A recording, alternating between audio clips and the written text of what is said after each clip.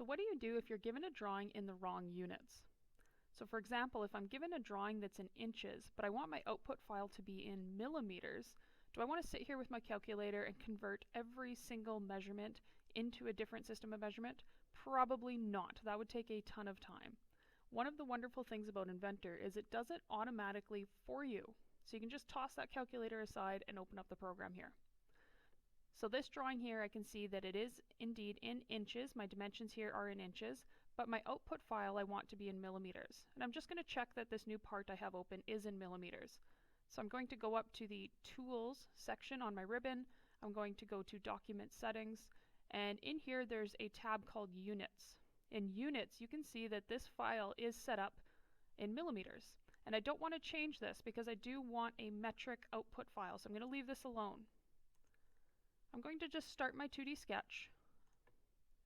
And now what I'm going to draw is just a rectangle that shows me the boundaries of my part here, because we can see that these dimensions, these are just giving me maximum and minimum sizes for this nameplate.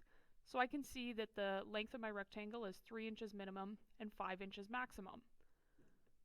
So in my sketch here, I'm just going to draw a 2-point rectangle and put some dimensions on there. So if I click this top line, I get my dimension, and if I place it, I can see that the units on here are mm. These stand for millimeters, but I want this to be 3 to 5 inches. So I'm going to just backspace that, and instead of sitting here with my calculator and finding out how many millimeters are in 3 to 5 inches, instead I'm just going to go 5 space IN, and IN in this case stands for inches. And if we click that green check mark, we can see that it changes the length of that rectangle to 127. Now that 127 is in millimeters.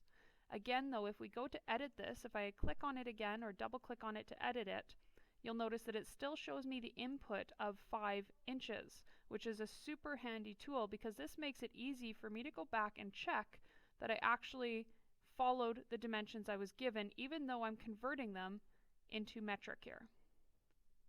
So let's do that again on the height of the rectangle. So if I go back to the example, the height of my rectangle is 3 inches maximum. So I'm going to place a dimension on my vertical line over here. Again, it's showing up in millimeters, but I want to get rid of that and type in 3 space IN. Again, IN for inches. Hit enter.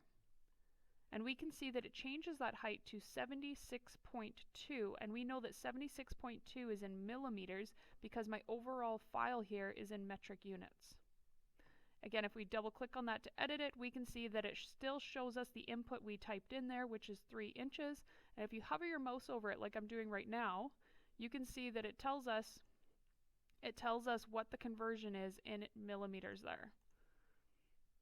There we go. So it says D3 is equal to 76.2 millimeters if I type in 3 inches.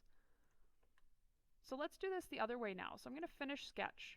Now what if I was given a file in millimeters and I wanted to have an output file in inches? So I have opened my part 2 down here. I'm going to just confirm that my units are correct in this file. So I'm going to go to Tools again, Document Settings, Units, and in here we can see that my units are in inches, and we're going to leave that alone because I want my output in this case to be inches this time. So I'm going to start my 2D sketch and draw my 2-point rectangle and open up my general dimension command. And this time I'm going to draw a rectangle that's 127 millimeters by 76.2 millimeters. So I'm going to dimension the length of my top line here to 127 space, and in this time I'm going to type in mm for millimeters.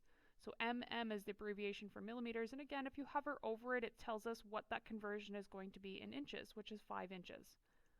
Click the green check mark, and just like before with the metric file here, it converts whatever I typed in to whatever units the file is set up in. So this file is set up in inches, so it's going to convert that 127 millimeters into 5 inches.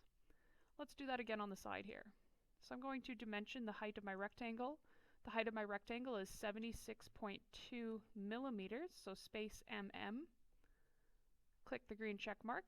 And you can see that it converts 76.2 into 3 inches. And again, if we go to edit these, it will tell us, it still shows us whatever we typed in, which is really handy that it doesn't actually convert it in the input here, because if you're referring back to another drawing which has metric dimensions on there, you want this to be in metric so you can confirm that you actually typed in the correct numbers. So I'm going to click the green check mark and finish sketch. And that's how you can convert your units directly in your inventor file without having to sit there with your calculator and number crunch for a whole day before you can even start your drawing.